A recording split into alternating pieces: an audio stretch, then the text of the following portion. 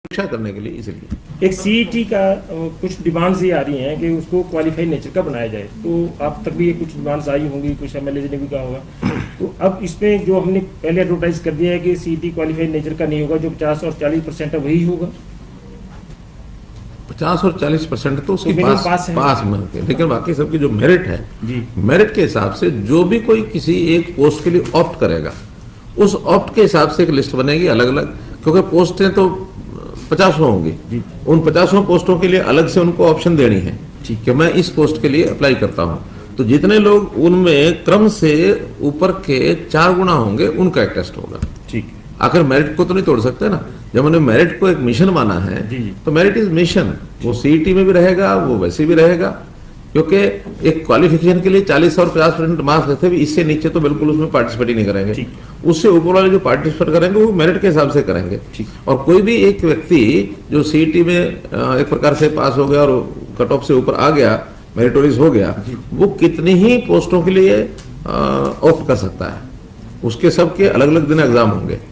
कुछ ग्रुप्स बना दिए जाएंगे कि एक ही टाइप की 4 पोस्टों का एक ग्रुप बना दिया, उसमें से मानो एक सिलेक्ट करता है तो उसके लिए भी देगा, अगले दिन दूसरे ग्रुप के लिए उसमें भी देगा, 20 दिन एग्जाम देता रहे, फिर जो बाद में यहाँ कहीं उसका नंबर आता है, जो चॉइस करेगा करेगा।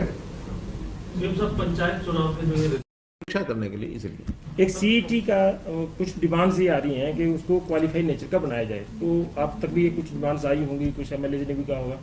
तो अब इसमें जो हमने पहले एडवर्टाइज कर दिया है कि सीईटी क्वालिफाइड नेचर का नहीं होगा, जो 50 और 40% है वही होगा।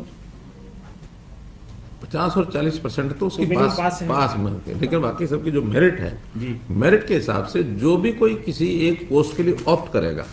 उस ऑप्ट के हिसाब से एक लिस्ट बनेगी अलग अलग, क्योंकि पोस्टें तो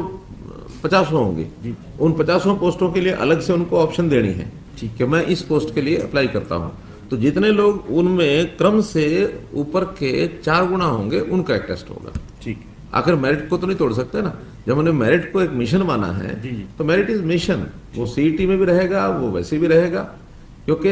एक क्वालिफिकेशन के लिए 40 और 50% मार्क्स रहते हैं, इससे नीचे तो बिल्कुल उसमें पार्टिसिपेट ही नहीं करेंगे। उससे ऊपर वाले जो पार्टिसिपेट करेंगे वो मेरिट के हिसाब से करेंगे। और कोई भी एक व्यक्ति जो सीईटी में एक प्रकार से पास हो गया और कट ऑफ से ऊपर आ गया, मेरिटोरियस हो गया, वो कितनी ही पोस्टों के लिए ऑप्ट कर सकता है। उसके सबके अलग अलग दिन एग्जाम होंगे, कुछ ग्रुप्स बना दिए जाएंगे कि एक ही टाइप की 4 पोस्टों का एक ग्रुप बना दिया, उसमें से मानो एक सिलेक्ट करता है तो उसके लिए भी देगा, अगले दिन दूसरे ग्रुप के लिए उसमें भी देगा, 20 दिन एग्जाम देता रहे, फिर जो बाद में यहाँ कहीं उसका नंबर आता है, जो चॉइस करेगा करेगा। पंचायत चुनाव के जो